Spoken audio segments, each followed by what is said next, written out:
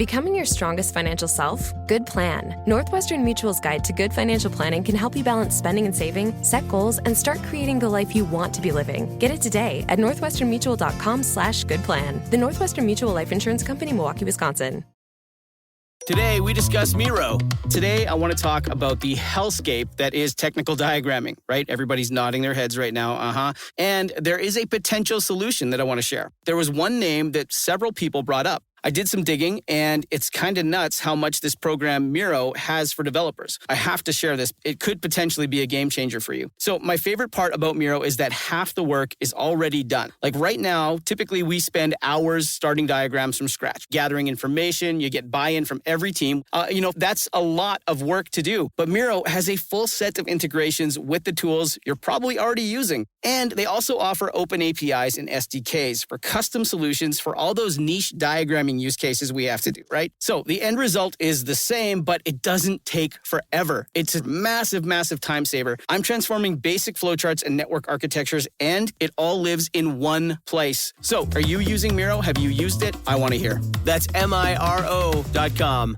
Ready to pop the question? The jewelers at BlueNile.com have got sparkle down to a science with beautiful lab-grown diamonds worthy of your most brilliant moments. Their lab-grown diamonds are independently graded and guaranteed identical to natural diamonds, and they're ready to ship to your door. Go to BlueNile.com and use promo code WELCOME to get $50 off your purchase of $500 or more. That's code WELCOME at BlueNile.com for $50 off. BlueNile.com. When it comes to teaching kids and teens about money, practice makes perfect. That's where Greenlight comes in. With a debit card and money app of their own, kids learn to earn, save, spend wisely, and invest. Parents send instant money transfers, create custom chores, and automate allowance, while kids track their spending, set savings goals, and practice money skills they can use today and for life. Get 1 month free when you sign up at greenlight.com/podcast.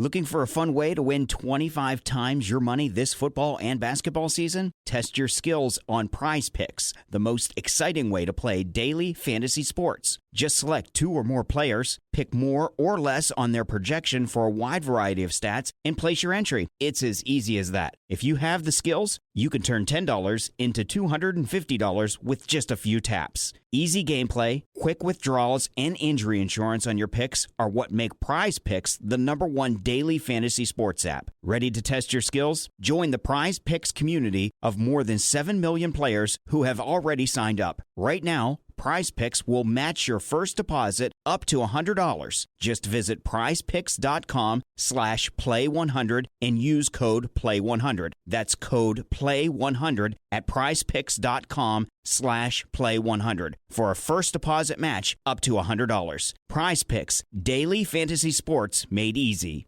Hello, this is international football commentator Derek Ray, and you're listening to the Ranks FC podcast.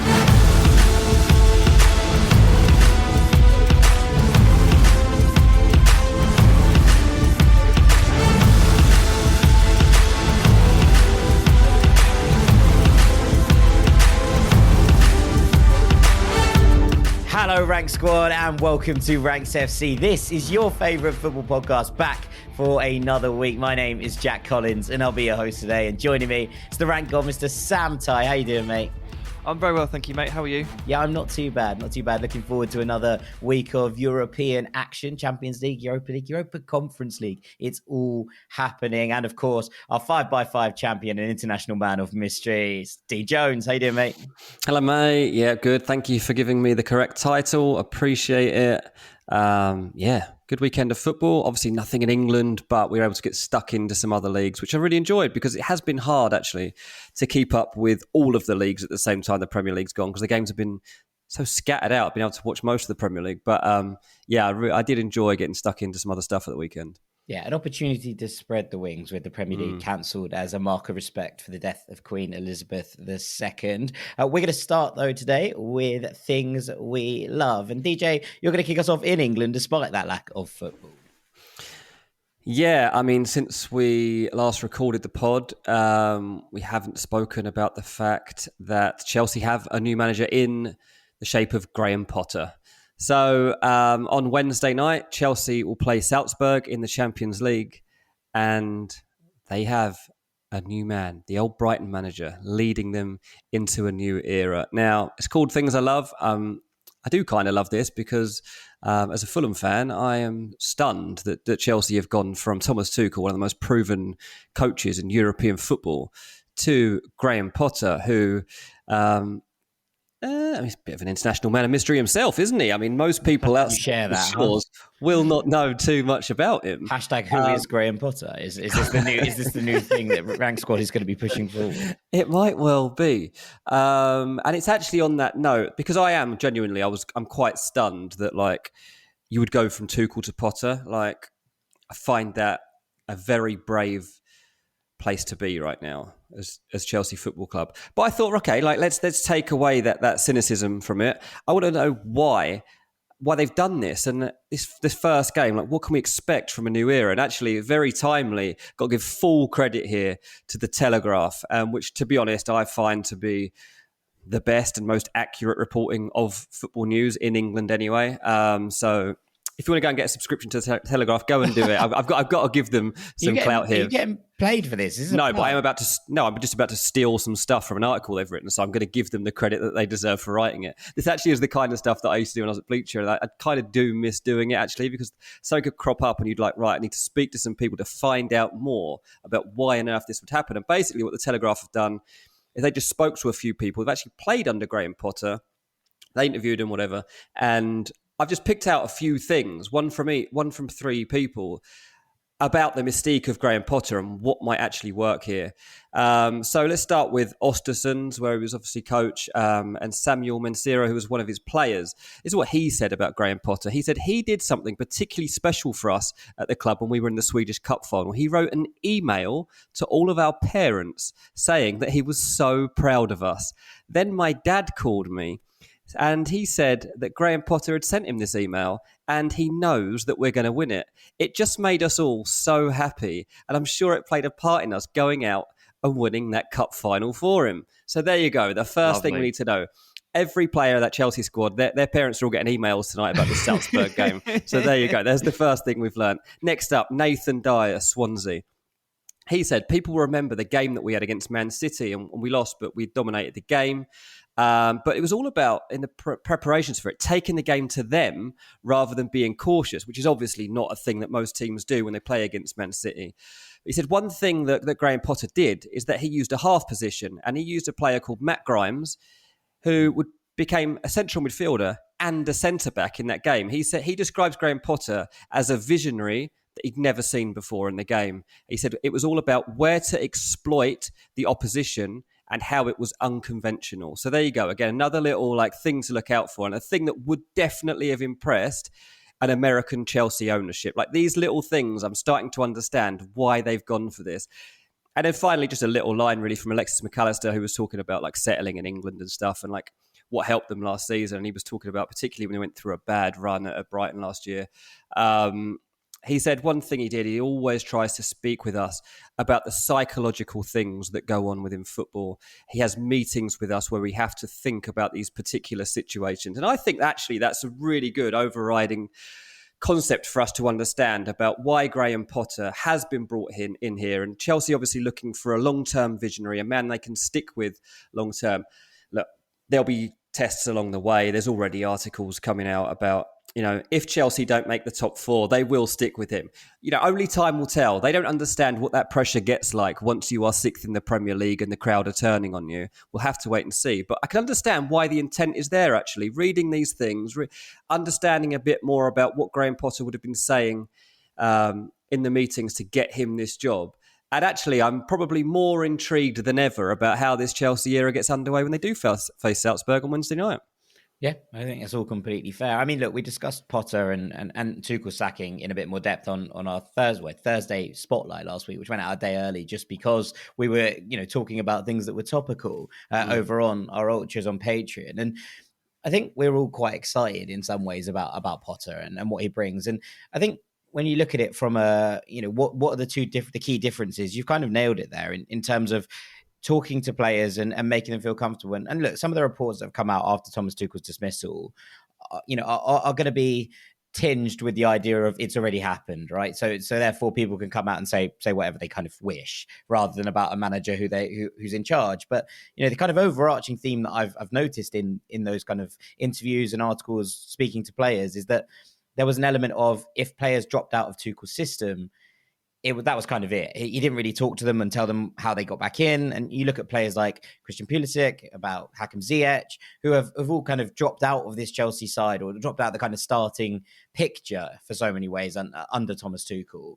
And I think that those kind of players will benefit from Potter's arrival, because there is that element of, psychological encouragement, I suppose, is the easy way to put it, that he will come in here and explain to those players exactly what they need to do if they're going to become starting fixtures in his team. It's not going to be, okay, I have my 11 and that's the way we're set. A very, very flexible manager, not just tactically, but also in terms of personnel, and has been, in his time at Brighton, has used varying different, things to various extents. And you can look back and say the same at Swansea and Östersund as well. And I think it's an opportunity for a lot of players at Chelsea who might have been a bit kind of worried about their place in the picture at Stamford Bridge, to then come out and kind of give themselves a new lease of life. Now, obviously, any manager does that, but especially Potter, with that background in kind of emotional psychology, etc., I think is a big opportunity. And I think it's probably the most interesting thing of the beginning of this new era. And just to clarify as well, I mean, Dean, when you say you're stunned, it's not really to do with Potter's perceived level of ability, right? It's that clubs like Chelsea don't tend to take this kind of plunge from the Brighton level of manager. They tend to look for, rightly or wrongly, perhaps a man with a bit more charisma, or sort of stature, publicised winning stature. And they don't tend to pick off Brighton. They tend to let Leicester take someone off Brighton, and then if they're really good for Leicester, for example, they'll take them from there. They've skipped a step here in the kind of food chain of where the risk is, and that again adds another layer of real intrigue. I don't think anybody's doubting that Potter's a great coach and a very, very emotionally intelligent man. But this kind of move is pretty rare. Yep. Yeah, completely agree. It's going to be very interesting over at Chelsea. Okay, Sam, on to you. Yeah, the thing I love this week was actually, over the weekend, we got to watch quite a lot of Serie A, in part because there was no Premier League action. And what I loved was that collectively, the top clubs in Italy simply refused to give up. And it was the case with all five of maybe the perceived top five teams, that they just would not give up. And they would not take no for an answer. And I think it foreshadows an amazing battle at the summit of this league this season. It's something we've definitely been touching on over the course of the early days. But again, we got a lot more proof of it this weekend. So to run through them, Napoli won their game in the 89th minute. Inter did exactly the same. Milan went down to 10 men, lost Rafael Leao to a red card and scored a 67th minute winner.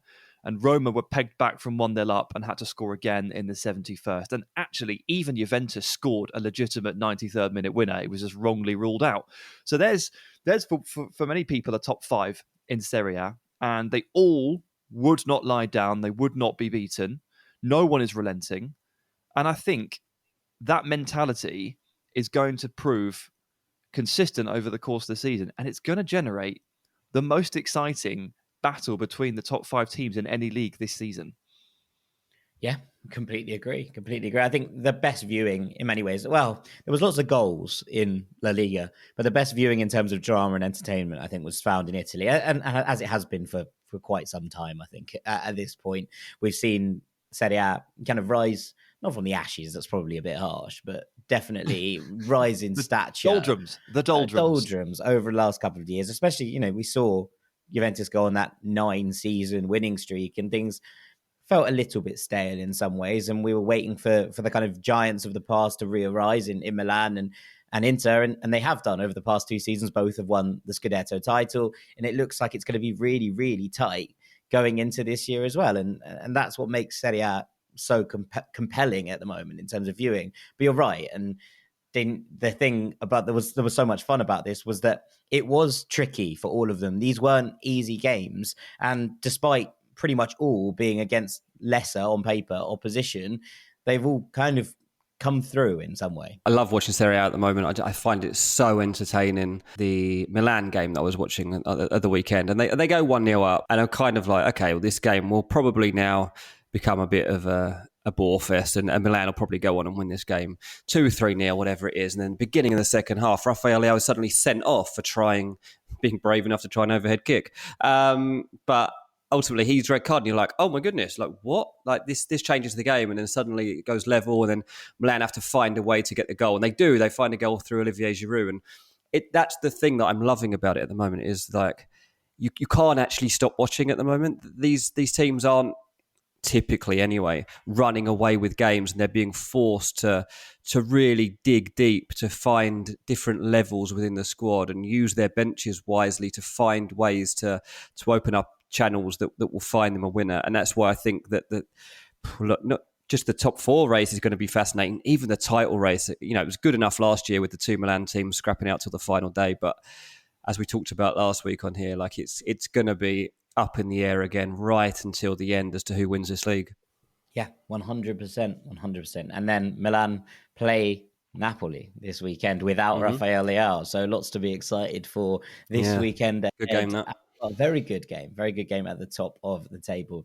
Okay, finally, I want to come on very briefly, actually, to Sporting, who had a pretty rough start to the season in many ways. They drew their first game with Braga, then they won a game against Rio Ave at home, but then they got battered by Porto and then lost the week after to the 10-man Chaves, which is not great start. For a team who wanted to be back in this title race. But over the last couple of games, I've been really, really impressed with them. They went to Estoril and they won 2-0. They won 3-0 away at Eintracht in the Champions League last week. And then they had Portimonense this weekend at home. Now, that doesn't sound like a particularly tricky game, but Portimonense had won 4 on the spin and are currently still 4th in the table in the Primeira. And I think Sporting came out with a bit of a statement, but what I've really, really enjoyed is this kind of fluidity of this front line. And this year, obviously, we've seen Marcus Edwards step up, and he's been very, very exciting and he's great to watch. But Rafinha came in from Braga, and then we've kind of seen this kind of mix, and Trincao came in, and he was the player I was kind of most intrigued by. Now, he's had a bit of a funny few years. He left Braga to go to Barcelona. He was kind of hailed as this young saviour figure. Didn't really work for him. Went out on loan to Wolves, did okay. Didn't do enough to make them want to pay the fee to make that permanent. Went back to Barcelona. They were like, we don't want you. So off he then went to Sporting, and he was a little bit slow, but he's starting to get into things now. And in the last couple of games, we've seen 3 goals and an assist from him, and 2 of the goals at the weekend, very, very well taken, I thought. He just seems to be one of those players that is starting to find his groove again. And the fluidity of this front 3 of Trincao, Edwards, and Rafinha on the other side is really nice to watch. And then you have Pedro Gonçalves or Poch in the middle, who played as part of that front 3 at times last year. He's kind of dropped back in. The kind of comparison I would give it is that Lorenzo Pellegrini role for Roma. He plays both in the front 3 and can play in the midfield too as well. He's been very, very effective from the middle. He's got 4 goals and 3 assists already, and we know how much of a talent he is. But then there's these flying fullbacks as well, or flying wingbacks in this case. Nuno Santos on one side, who's already chipped in with 3 goals, and Pedro Porro, who on the other side, who's already chipped in with 3 assists, which, I don't know, I'm just really excited about watching them at the moment. Now, they play tonight, so before this podcast goes out, so they might get absolutely spanked by Spurs this evening. This sound really weird, but I've just really enjoyed watching them and seeing how this front line has started to come together, as a 3, and seeing how the rest of the side adapts around them. Now, they had a lot of change this summer, a lot of commotion, especially in midfield, where they lost João Paulinho to Fulham and they lost Mateus Nunes to Wolves. So there were big question marks over who would kind of come in here. Hidemasa Morita's come in. He's been really, really impressive. Manuel Ugarte is very, very solid in there as well. Made the most tackles, I think, in a Champions League midweek last week. And I'm just intrigued to see how this continues to develop. But I've just enjoyed watching them over the last couple of games. They've got a lot of work to do to try and catch up with the early pace setters, their cross-town rivals Benfica. But yeah, just want to keep an eye on this front 3 and their attacking kind of intent. Sporting, they've been a lot of fun of late. So I just wanted to give them a shout. Does that mean that it's Marcus Edwards against Spurs? It's the return. It is the return tonight. The boy from Enfield. Well, although it is at the Alvalade, so it's not quite the homecoming, but it's very much him against his old side. There you go. I mean, half the fan base probably still don't actually know who he is because he never really made the impact. But there was a time where we were talking about Edwards as a potential future top star, and didn't quite go. One of those examples of how development is not linear. Did not quite go to plan. Probably a little bit like Trincao, actually. A couple of years in the wilderness, and has just kind of found himself at Sporting. Well, look, they're 23 and 22. There's still plenty of time for both of them to explode into that full stardom. Marcus Edwards is wearing that 10 shirt now at Sporting. That's an impressive feat in itself. And to be then putting out the performances, he was the best player on the park against Eintracht last week in the Champions League. And to be putting these kind of performances in at this level, I've been very, very impressed with. So, there's lots to come here as well from this Sporting side, who just feel like they're moving in a right direction right now. Okie dokie. With that, we're going to move on to our main segment. We're going to be talking the best teenagers in world football. Don't go anywhere. Champions League football is back and streaming on Paramount Plus in the US. 9 months of heart-stopping, hold-your-breath exhilaration with the biggest stars, top teams, and craziest fan bases across Europe. Watch every match from the group stage through the knockout rounds as Benzema and Real Madrid defend their title against Liverpool, Manchester City, Chelsea, PSG, Barcelona, and more in football's biggest club competition. So don't miss a single sweat-soaked second of regulation time, stoppage time, and extra time, and stream every match of the UEFA Champions League live exclusively on Paramount Plus.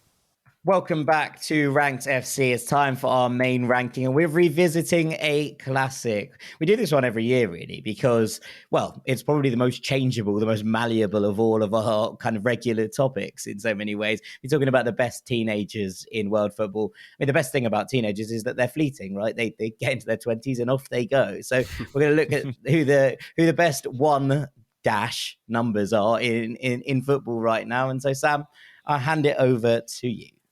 Yeah, I've got a top 5, and trust me, I agonised over it. I've got some honourable mentions to talk about later as well. And just to spice it up a bit as well, I've also tried to make a big prediction for each one as we go. So I'll detail the player, but then we'll also make a prediction for them for this season as well. Start at number 5, and I'm going to take Harvey Elliott of Liverpool at number 5. In the entire world. I think he's there.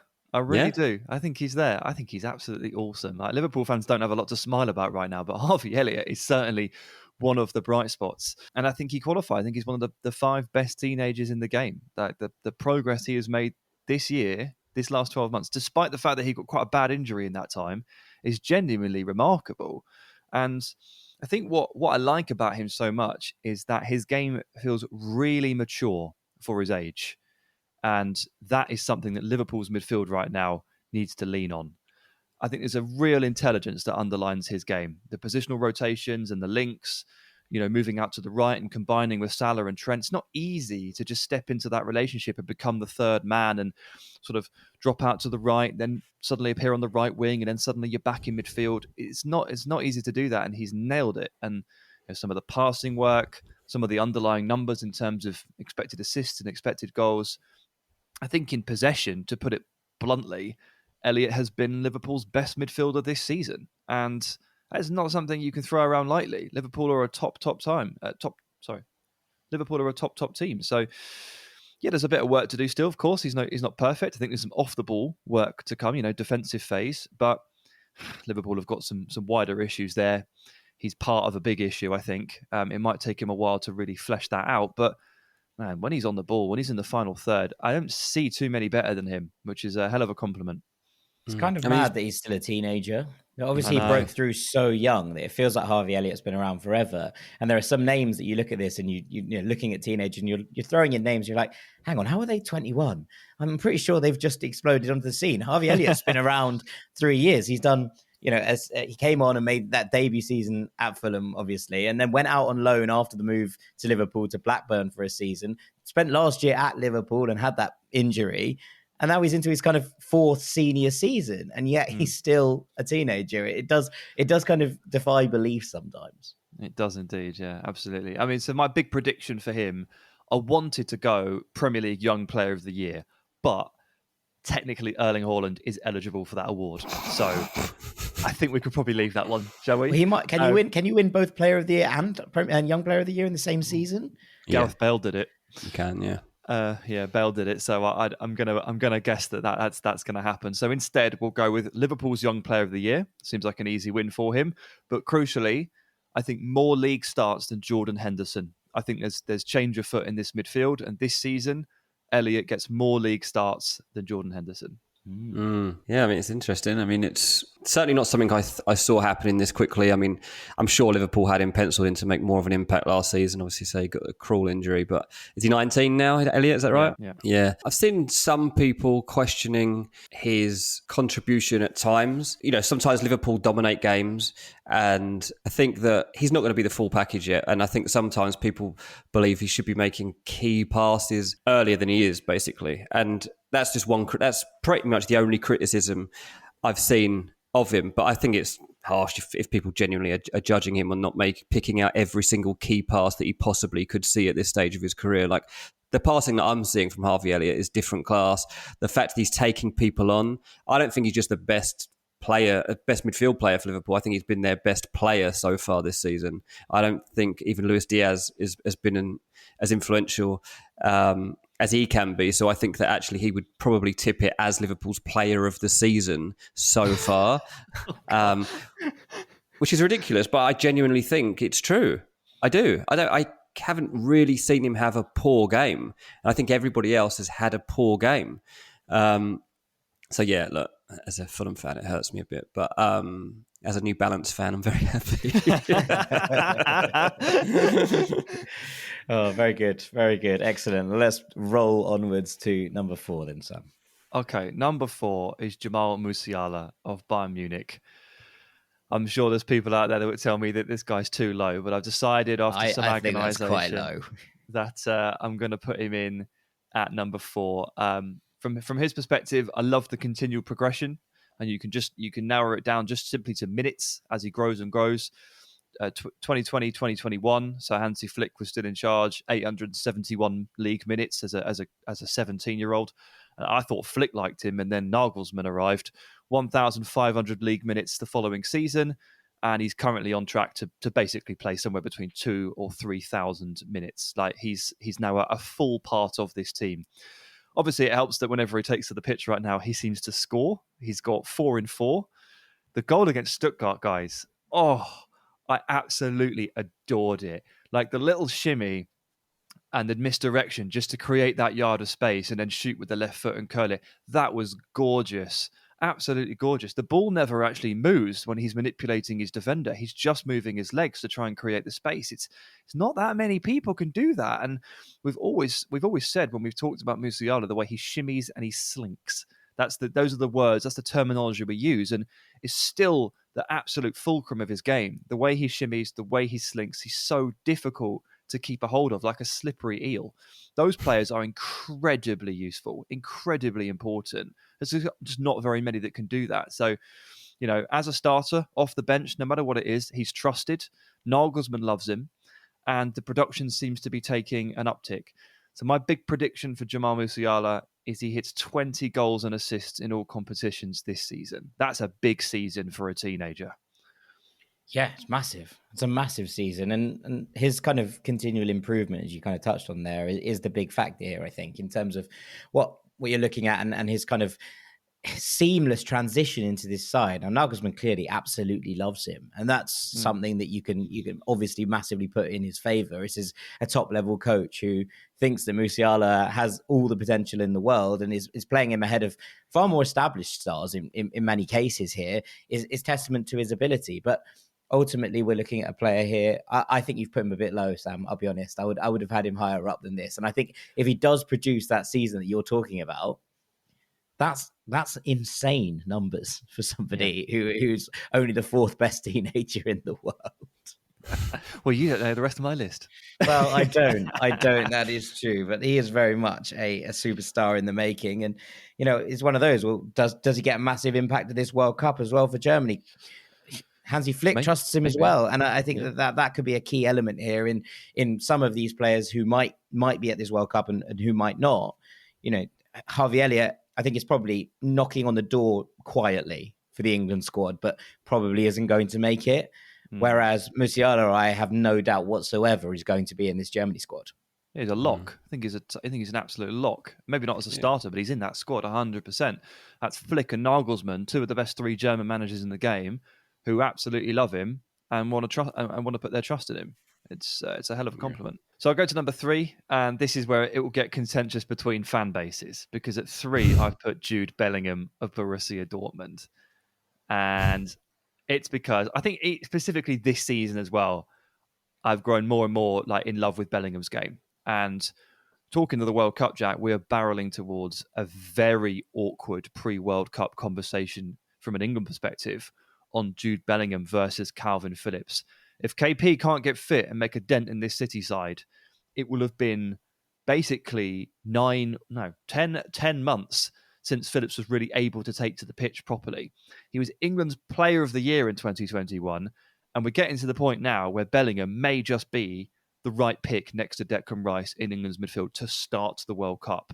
That's how good he is now. He is so well-rounded. He does everything really, really well. It's possible he's the most experienced 19-year-old ever, because we're talking about Harvey Elliott's 4th professional season. Well, Jude's got that too, but his first one, when he broke onto the scene in the Championship, he played 3,000 minutes for Birmingham at age 16. And now he's this undisputed key man for Dortmund. And I cannot hammer that home enough for those that don't necessarily watch Dortmund or German football too much. Bellingham is one of the first names on the team sheet. He's almost undroppable, an absolute fixed presence in the middle. And that kind of leads me on to the big prediction, which is that, and this is a hell of a compliment for a teenager, I think Jude Bellingham will play the most Bundesliga minutes of any Dortmund player this season. He is that important to the team. Injuries considering, I assume. I mean, obviously, if he gets, if he does something for 2 months, then fine. But Gregor Kerbel, the goalkeeper, has already missed a game. So he's got, I was going to go outfielder, but you know what? I can see 34 starts for Bellingham, 100%. Unless he gets suspended or something, he's in this team. He's 3rd captain, and he's their best central midfielder at this age.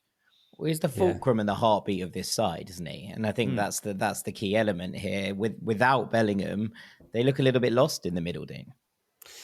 Yeah, I mean, Musiala and Bellingham, both 19, by the way, if you're wondering that right now. So these guys are both the same age. But yeah, Bellingham, we've seen him for 2 years now, progressing as in the adult game, which, he's huge, isn't he? And I mean, he's just fitted in seamlessly to this level of football. And there's no doubt that other clubs already have an eye on him. There are whispers that Liverpool even already have an agreement in place to sign him next year. We'll have to wait to see as we get closer to the time as to just how much truth there is in that. But it wouldn't surprise me at all if that was. And I think that they probably should do if they've managed to get that in.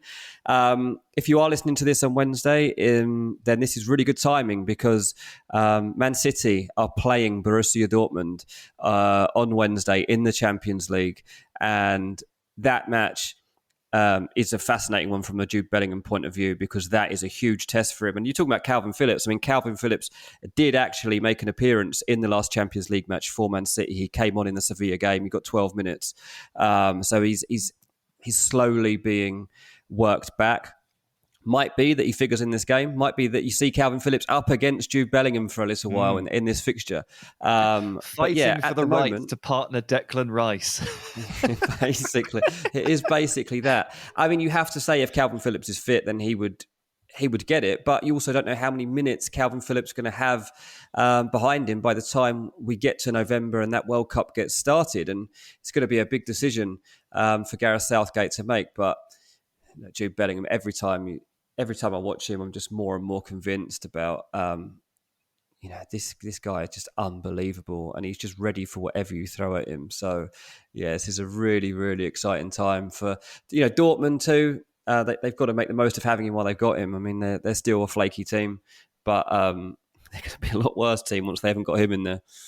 Yeah, and the battle for his services next summer is going to be a warm one. You'd imagine it's going to be quite the scrap as clubs look to make Jude Bellingham part of their furniture for the foreseeable future. You'd imagine, so lots to look forward to for Jude there, or not look forward to, depending on how you kind of view the transfer market. I imagine, but that takes us nicely, Sam, into number 2.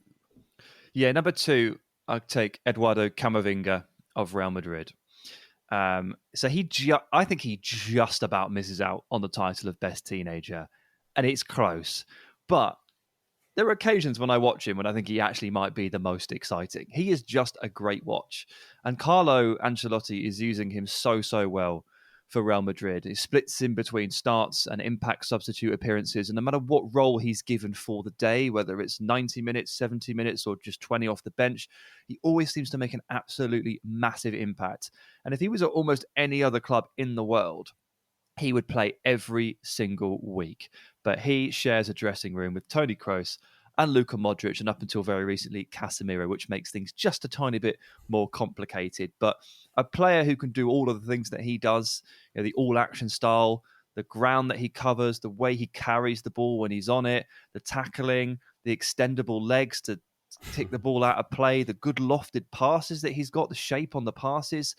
Like, a lot like Bellingham, he has so many facets to his game. And again, has been playing proper first-team football since the age of 17, breaking through in France, and actually had a standout game against PSG several years ago at the age of 17. These guys are just different gravy. They're just ready for senior football mentally and physically from the age of 17, and they never look back once they're given that opportunity. Never look back. And Camavinga is absolutely awesome. I thought that Tchouaméni was going to be on this list, and I forgot he was 22. So there's only one Real Madrid centre midfielder, not two. But the future's very bright, as we keep saying. Yeah, I mean, you look at Camavinga, and I think what stood out for me to a point is the appearances last year in the Champions League off the bench. Every time he came off the bench, he became the best player on the park pretty quickly. And that's remarkable given the company he was in. And he changed games. As we saw Real Madrid go into the last legs of these games and come out with some remarkable victories themselves, in towards the late end of games in extra time, all of the above. The Chelsea game stands out in particular. He came on and completely flipped the tide of the game on his own as a teenager, which is just nuts, frankly, considering where he is. The only thing I would have probably had him slightly lower, not because I think his abilities in any doubt, just because he's slightly less integral to a side. Now, obviously, that's because it's Real Madrid, and as you say, anywhere else in the world, he'd be starting week in, week out for these sides, but he's not. And that's the only reason I would maybe have him slightly further down this list, in that he's not making quite as much of a integral impact, I suppose, as the others on a week by week basis. But I completely can see why you put him in here, because he's just so good. Well, it's so hard to weigh these guys up next to each other. I mean, like leaving Camavinga aside for a second, trying to compare Musiala and Bellingham when, it's impossible to do so in terms of production terms or any statistical terms, because their role is so different. Weighing these guys up is tough, and sometimes it's about personal preference. So, trying to assess them from a level of impact perspective as well added another layer to it.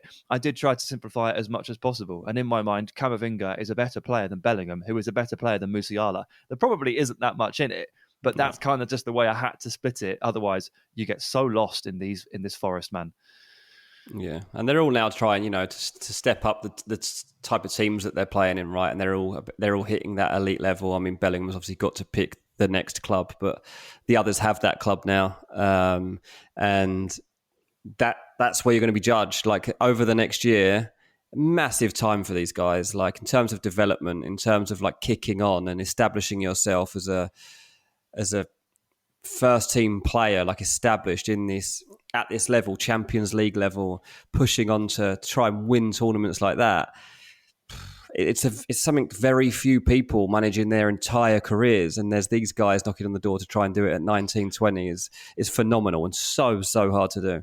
Yeah. So in terms of a big prediction, I did struggle with this one immensely, because There wasn't really like a number of starts I could put on it, and I didn't really feel like that confident in saying that Camavinga, will end the season as a first choice Real Madrid player, because I'm not going to sit here and doubt Kroos and Modric. And then, of course, with Casemiro gone, it's Tchouaméni who has the clearer path to a consistent first team start. So, actually went to France on this one. And did you know that Eduardo Camavinga has just 3 caps for France and hasn't played for them since 2020? That is kind of shocking. And so my big prediction... He scored a wonderful goal on his debut, didn't he? He scored like a bicycle kick. Is your big prediction that he will play for them again one day? He'll get at least 4 caps. No, I think he's going to force his way into the World Cup squad off the back of a really good start for Real Madrid, and potentially a couple of other players in that mix maybe dropping off a little bit. Pogba being injured. Injuries. Pogba being injured, and then Boubacar Kamara moving to Aston Villa just decreases his stock ever so slightly in Deschamps' eyes, I reckon, to the point where he turns to Camavinga in November and takes him along. Now, I don't know what the impact is, but the fact that he hasn't played for them for 2 years is kind of stunning, and I think he'll make it. Okay. That is, if you said at the start of that, before giving that context, your bold prediction for Camavinga was that he was in the France World Cup squad, I think a lot of people would have looked at you funny, but equally that makes much more sense in the context of it. I would love to know how if he does get in there, how many minutes you think he'll feature for at that World Cup. But we'll come on to that. I'd imagine there's going to be plenty of World Cup previews once those squads are announced, etc. So that will feature later down the line, I'd imagine. So that leaves us with one, Sam, and there is a plethora here of which you could pick, and most of mine that are still waiting to be picked are all at Barcelona. Yeah, I know. Well, there's only room for one, unfortunately. I mean, Barcelona fans are going to be angry with me because there's only one of their players in this list, but they should be happy that the one player of theirs in this list is above the Real Madrid player. Take the wins where you can get them, guys, especially nowadays. It's Pedri. It has to be Pedri here. There is nowhere else to go. He is a world-class player, in my view, and one of the very best at his position, regardless of any age bracket you can put together. He is a fascinating watch, and to be honest with you, he makes you want to go out and play football and express yourself. Those kind of players, obviously, we're all drawn to. There's 2 specific parts of his game that I like, and they're 2 very different parts. The first is that he can control the very essence of a game of football. He knows when to speed it up, when to slow it down, when to dart forward and carry the ball 10 yards, and when to drop back in and retain possession. That kind of game intelligence should not be present in a 19-year-old, but this is a very special case. The other bit I like is that while the first part is all raw intelligence and game management, he's also not averse to a few back heels and a few fancy first-time passes and a few nutmegs. And actually, some of the stuff he does in the game, even while controlling it in the most kind of sensible and mature manner, is really boyish and joyful and actually quite ludicrous at times. He keeps the game ticking despite the fact that he's backheeling the ball past people and nutmegging them. It's kind of a contradiction in itself, but it makes him absolutely fascinating to watch. And he's got the passing range. He can use either foot. He can carry the ball over open distance. He can shift laterally. He can use misdirection. He scored a wonderful goal back end of last season. I would like to see a bit more of that, but we're talking about a controller and a playmaker here. I think he's the best teenager. I actually think, I said Camavinga might have been close, but I've changed my mind while I've been talking. I think Pedri's clearly the best teenager in the world. And he was so last year, if I'm not mistaken, on this ranking. Yeah. He has kept his spot. Pedri, hold. Here's the thing. He definitely ain't getting it next year. No, he won't be. He's turning 20 in November. So he's got to make the most of these last few months. So, yeah, the thing that's fascinating too is that Barcelona have only just become good. So, he's been making all this progress among a group of players that have been playing under absolutely bizarre conditions. I guess in some ways they still are. But he's now surrounded by players that are, well, on his wavelength. That he's got unbelievable options around him. I think we probably will see a bit more stability in the actual squad coming up over the next, they've got all those numbers in suddenly, and I think Xavi will now look to calm things down a little bit on that transfer front. Obviously, they need to get a few people out the door that don't fit, but that's the thing. Pedri is now going to be competing to win La Liga this season, And he'll have a huge role to play in that. And also, obviously, Barcelona want to establish themselves back in the Champions League, and the type of fixtures that they've got, like this week against Bayern Munich and stuff. Like these are the tussles and the fixtures that do turn him into a proper household name. Because let's face it, like Barcelona haven't been the same watch over the last 18 months that they have been in the past. And whereas when Messi was there, obviously it was all, you just wanted to watch Barcelona every single week. And since he left, that has definitely died off.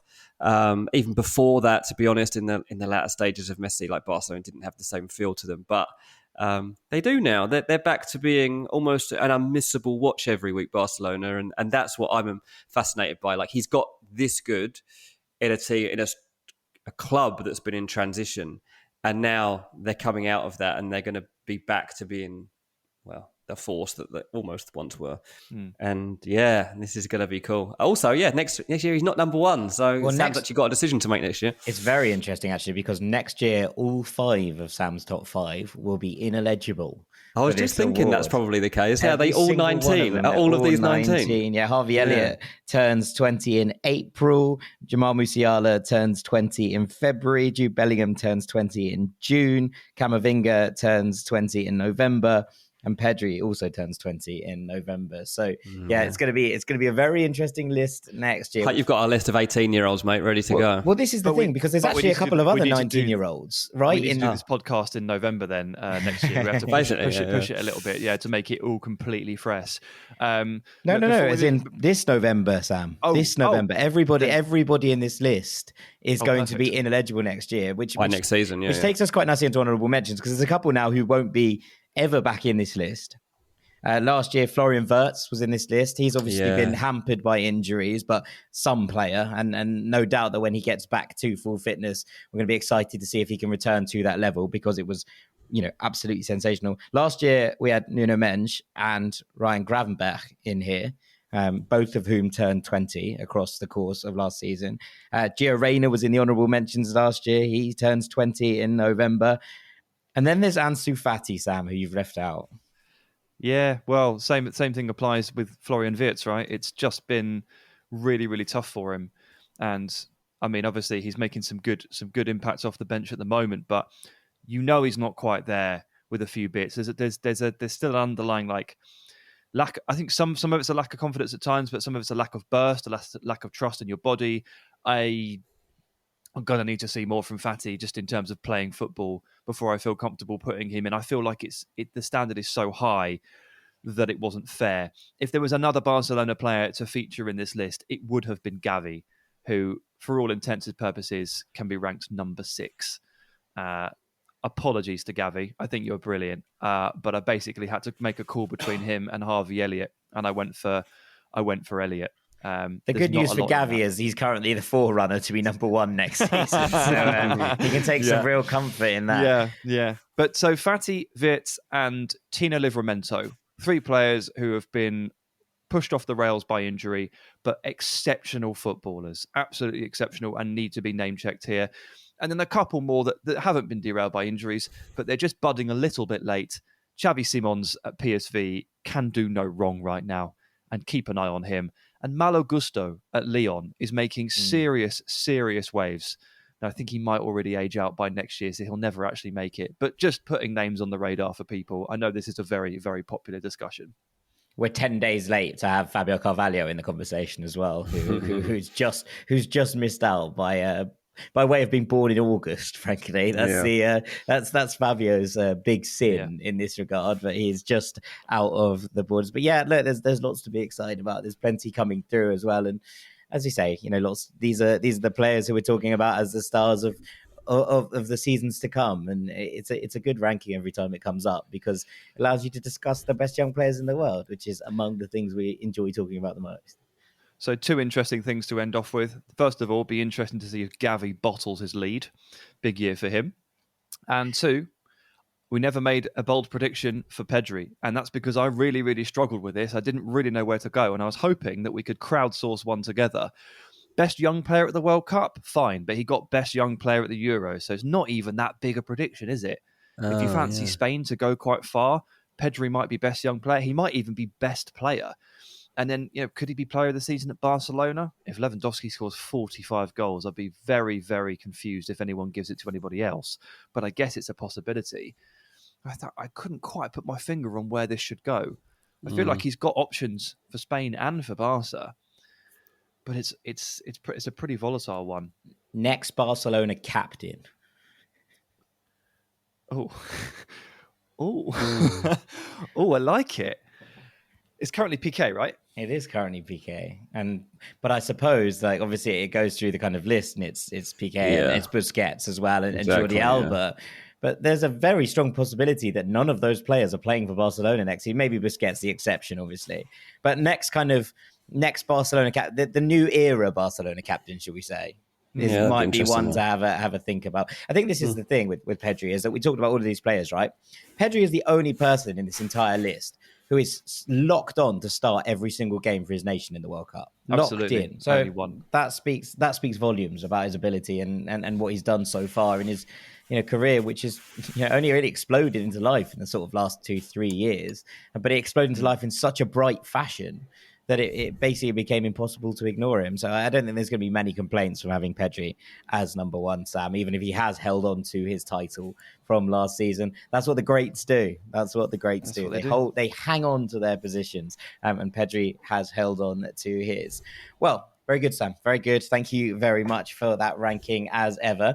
Talking of the World Cup, it's going to be a big feature of our replaced gibberish this week. We'll be doing that, and of course, the Melon of the Week after the break. Welcome back to Ranks FC. It's time for our third and final segment, which starts, as ever, with everyone's favourite time of the week. Dean Jones, over to you. It's time for Melon of the Week. This week's Melon of the Week is Arkadiusz Milik. Blimey. I mean, kind of, but also silly guy. Milik comes on for Juventus as a substitute at the weekend. He came on at half-time, at which point Juventus were 2-0 down at home to Salernitana. Milik has had a good impact at Juve since signing for them. And look, very quickly, Juve were back in the game. It wasn't him that scored it. Bremer scored it, but it was 2-1. And going into the stage of the game, Juve didn't really deserve to be in it, but they were. Milik picked up a yellow card on 83 minutes for a foul. But then, in added time, 90 minutes plus 3, Leonardo Bonucci steps forward to take the penalty. Not entirely sure why Bonucci stepping up to take penalties. He's really good at them. Yeah, I know, but they got Vlahovic. He should probably leave it to him. Anyway, Bonucci misses the pen. The keeper saves it. Lucky for him, the bounce is perfect and he volleys it back into the net. He's saved in his big moment. And it's 2-2. And you're like, oh, no, it's going to happen. Juve are going to do it. And then they kind of do, and then they don't. And Milik is central to everything that happens. Juve get a corner. It's swung in, and they score. Milik scores.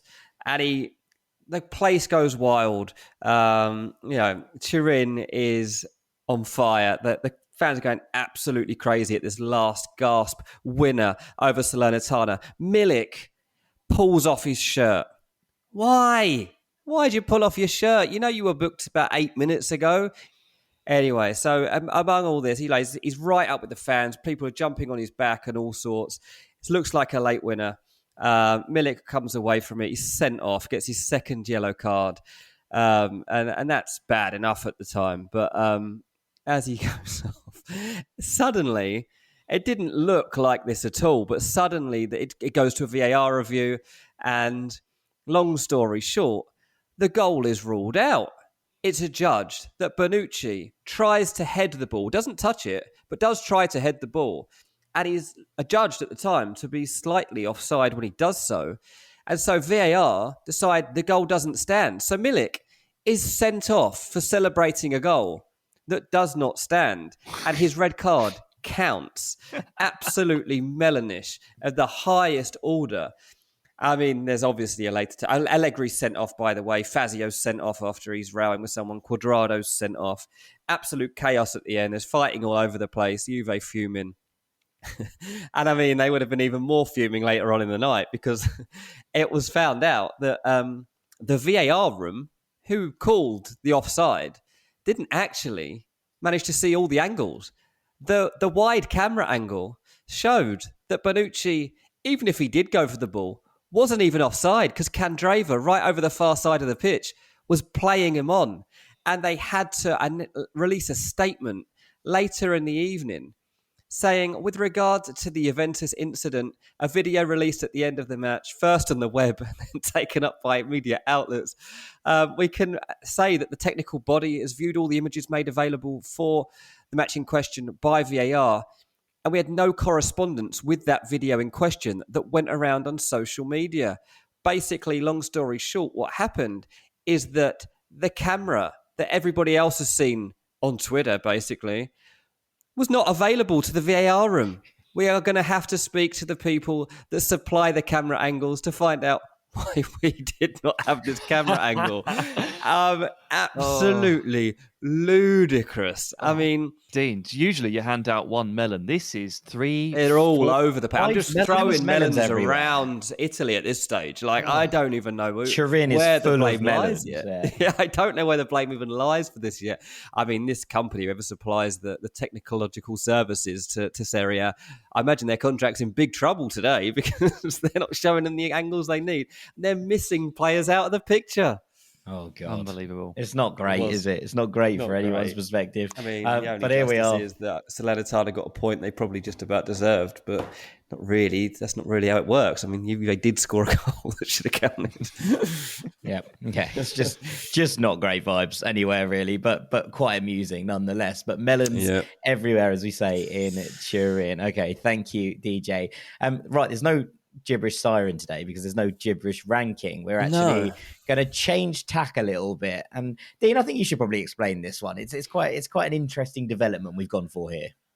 Yeah, well, we're getting towards World Cup time. There's an international break coming up, and obviously we're going to be producing content across the World Cup for the podcast, obviously, but obviously elsewhere. We're going to be doing bits and pieces too, and we need to become experts on every single team that is in this tournament in Qatar. So there's 32 teams going to this World Cup.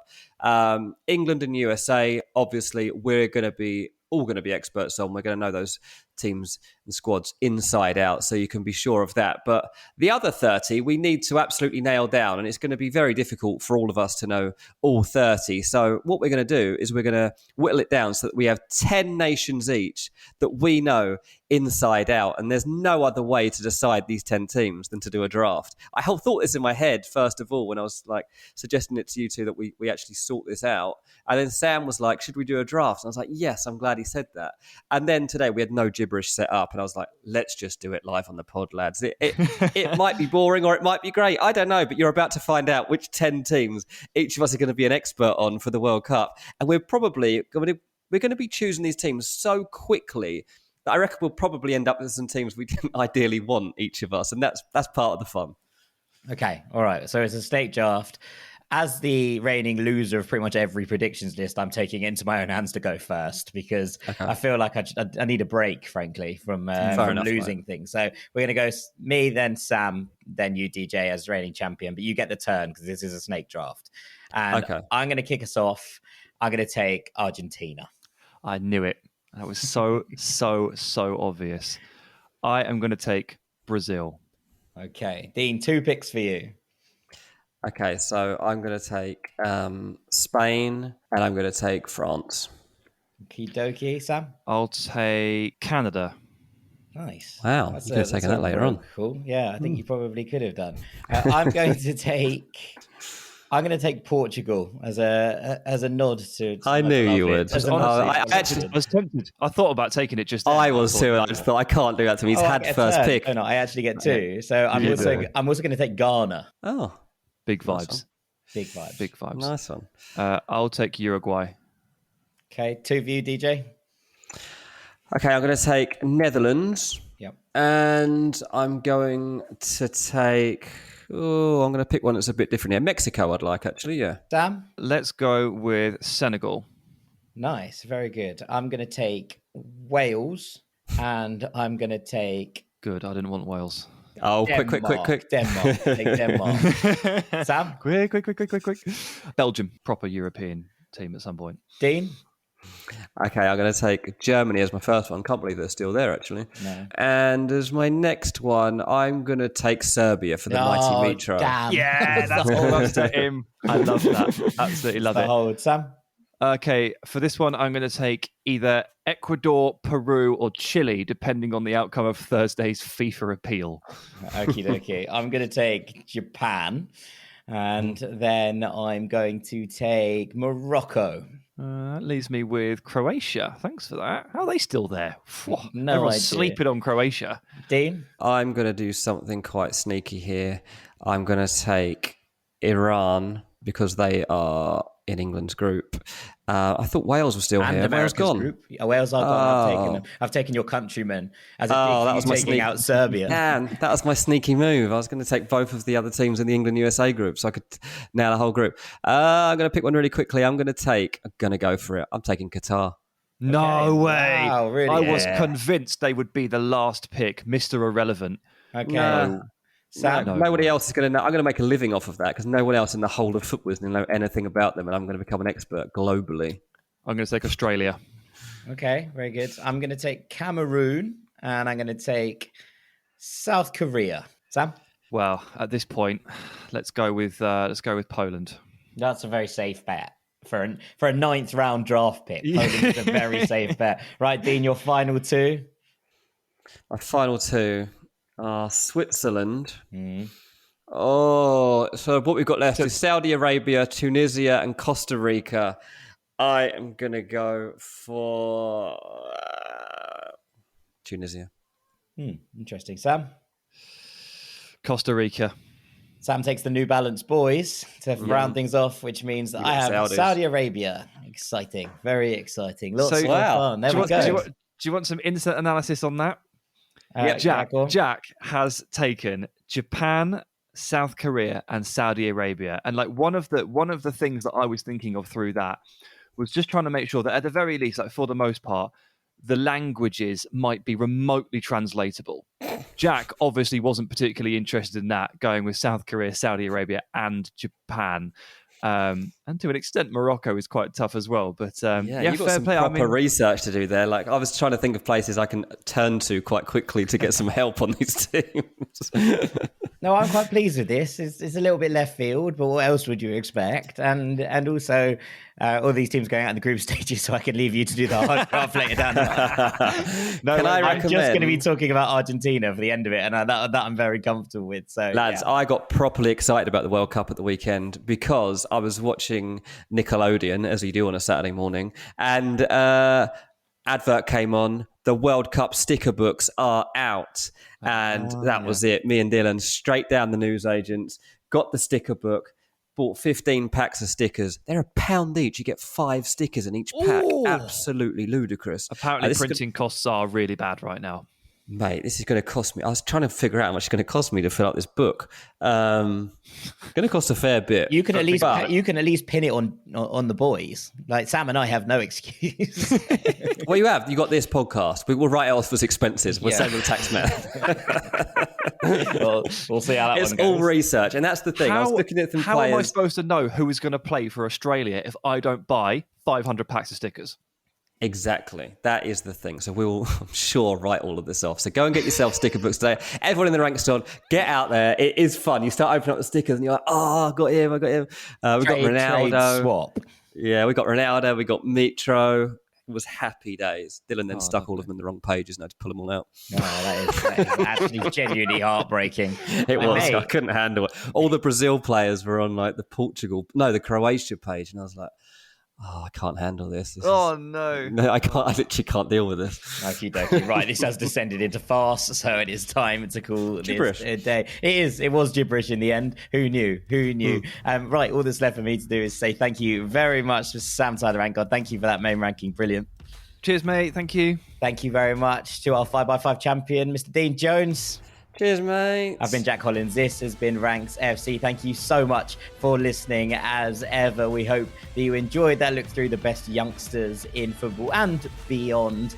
We will be back next Wednesday, of course. Enjoy all the football as ever, and we'll see you then. Take it easy. Peace. Taking a tour of where your finances can go? Good plan. See how Northwestern Mutual's approach to financial planning is designed for your goals. Goals like protecting loved ones, growing investments, and planning for retirement. With our interactive tour, you'll discover how growth and protection work together to help make your dreams a reality. See what goes into a good financial plan at northwesternmutual.com/tour. The Northwestern Mutual Life Insurance Company, Milwaukee, Wisconsin. Today, we discuss Miro. Today, I want to talk about the hellscape that is technical diagramming, right? Everybody's nodding their heads right now, And there is a potential solution that I want to share. There was one name that several people brought up. I did some digging, and it's kind of nuts how much this program Miro has for developers. I have to share this. It could potentially be a game changer for you. So my favorite part about Miro is that half the work is already done. Like right now, typically we spend hours starting diagrams from scratch, gathering information. You get buy-in from every team.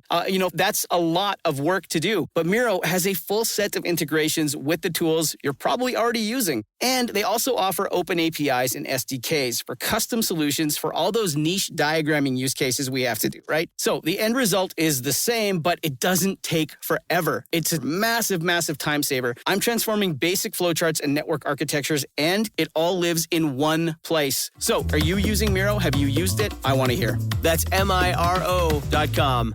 When it comes to teaching kids and teens about money, practice makes perfect. That's where Greenlight comes in.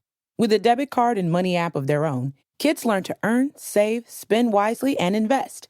Parents send instant money transfers, create custom chores, and automate allowance, while kids track their spending, set savings goals, and practice money skills they can use today and for life. Get 1 month free when you sign up at greenlight.com/podcast.